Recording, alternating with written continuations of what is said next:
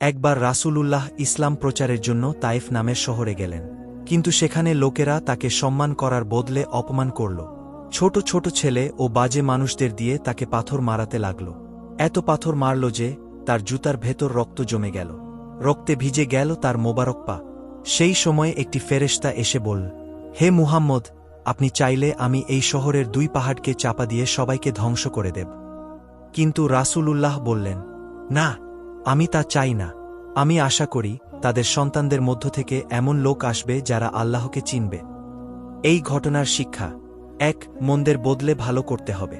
2. ধৈর্য সব্র একজন মুমিনের সবচেয়ে বড় শক্তি। 3. হৃদয় নরম করে দয়া করতে হবে, রাগ করলে মানুষ দূরে সরে যায়। 4. আল্লাহর পথে কাজ করলে কষ্ট আসবে, কিন্তু শেষে বিজয় আল্লাহই দেবেন।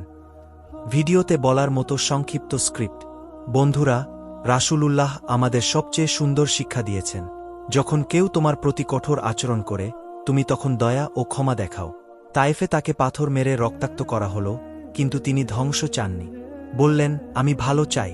এটাই হলো ইসলাম, দয়া, ক্ষমা এবং ধৈর্যের পথ।